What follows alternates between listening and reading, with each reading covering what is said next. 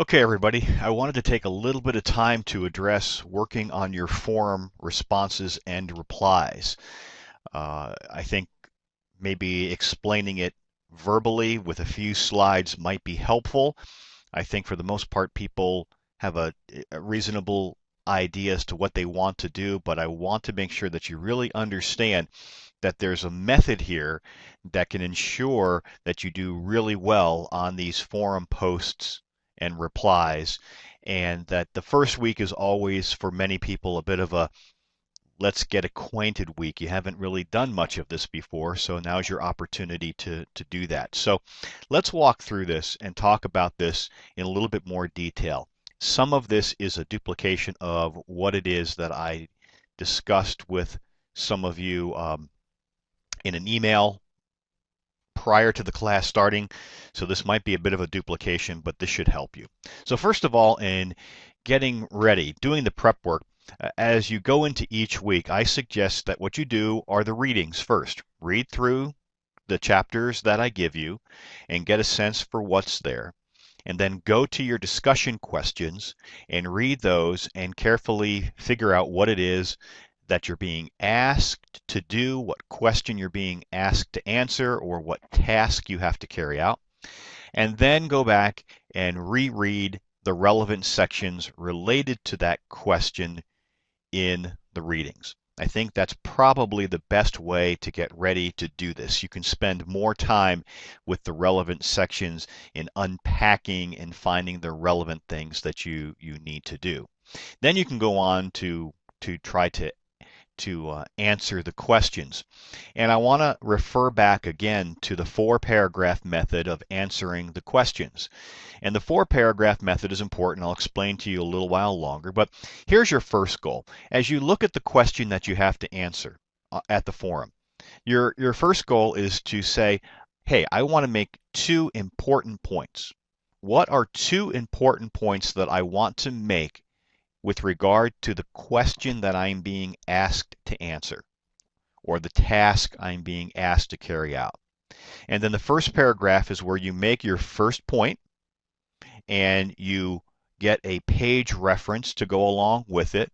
It's always best that when you make a page reference in any posting that you paraphrase. Paraphrasing allows me to know that you understand the material.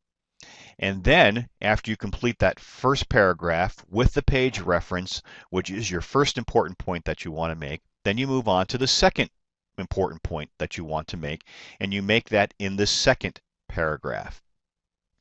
And when I say paragraphs, I should easily be able to see the paragraphs. You should have, one paragraph of single-spaced content, then a double space, and then the next paragraph. That's how they all work, and then a double space in the next one. But you make your second most important point in the second paragraph, again, complete with a page reference and paraphrasing. So once you do that, you have your first two paragraphs of your reply already made, and that is addressing the meat of the content of the question or task. Your third paragraph, this is where you connect to previous learning. If something that is in the question reminds you of something you discovered in your sociology class, then you can make that connection and explain it.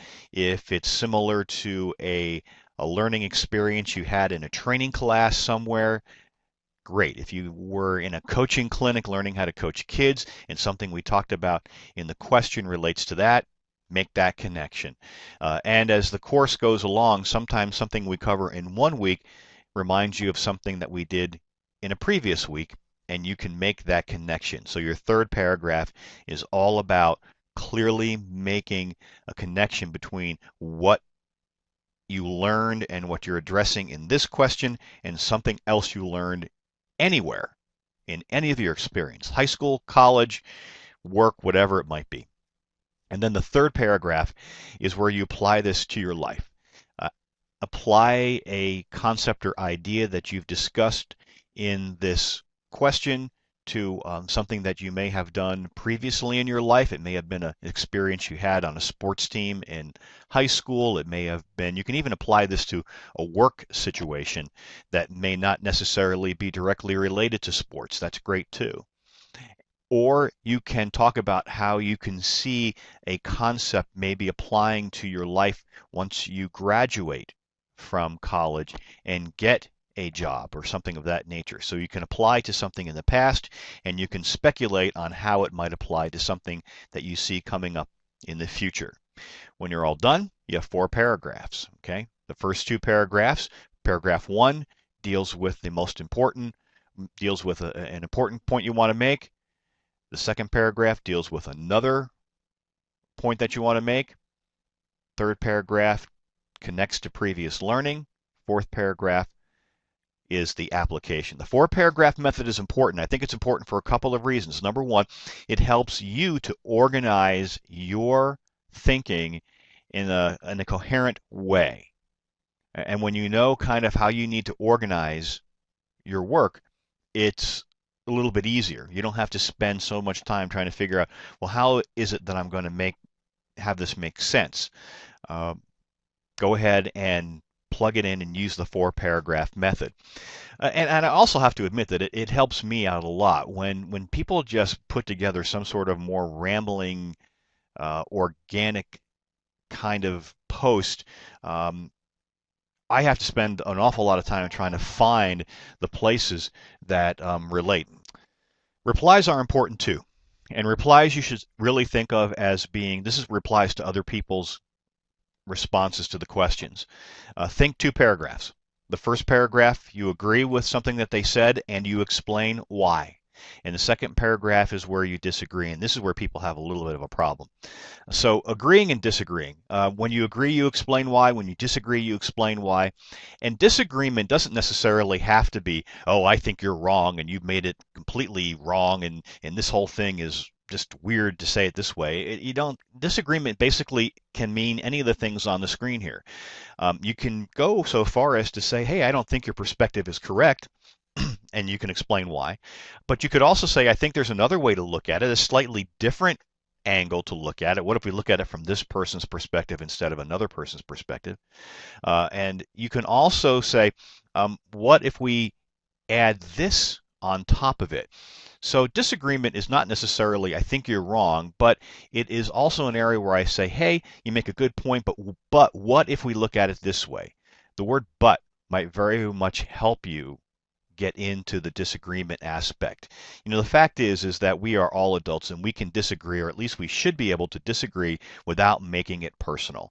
Too much of what happens in the media today and in public discourse today, people make disagreement personal instead of about the content of issues and the content of arguments, which aren't a bad thing. And so that's what we want to make sure that we do. If you have any questions, if there is something vague about a question, vague about this presentation, please let me know. Contact me as soon as you possibly can, and I will be more than happy to address it. And remember to go back into, if you need an example of a good 4-paragraph post, I sent you an email around the start of class which had an attachment to it, which has a really good post to it, okay? Thanks a lot, guys. We'll talk to you later.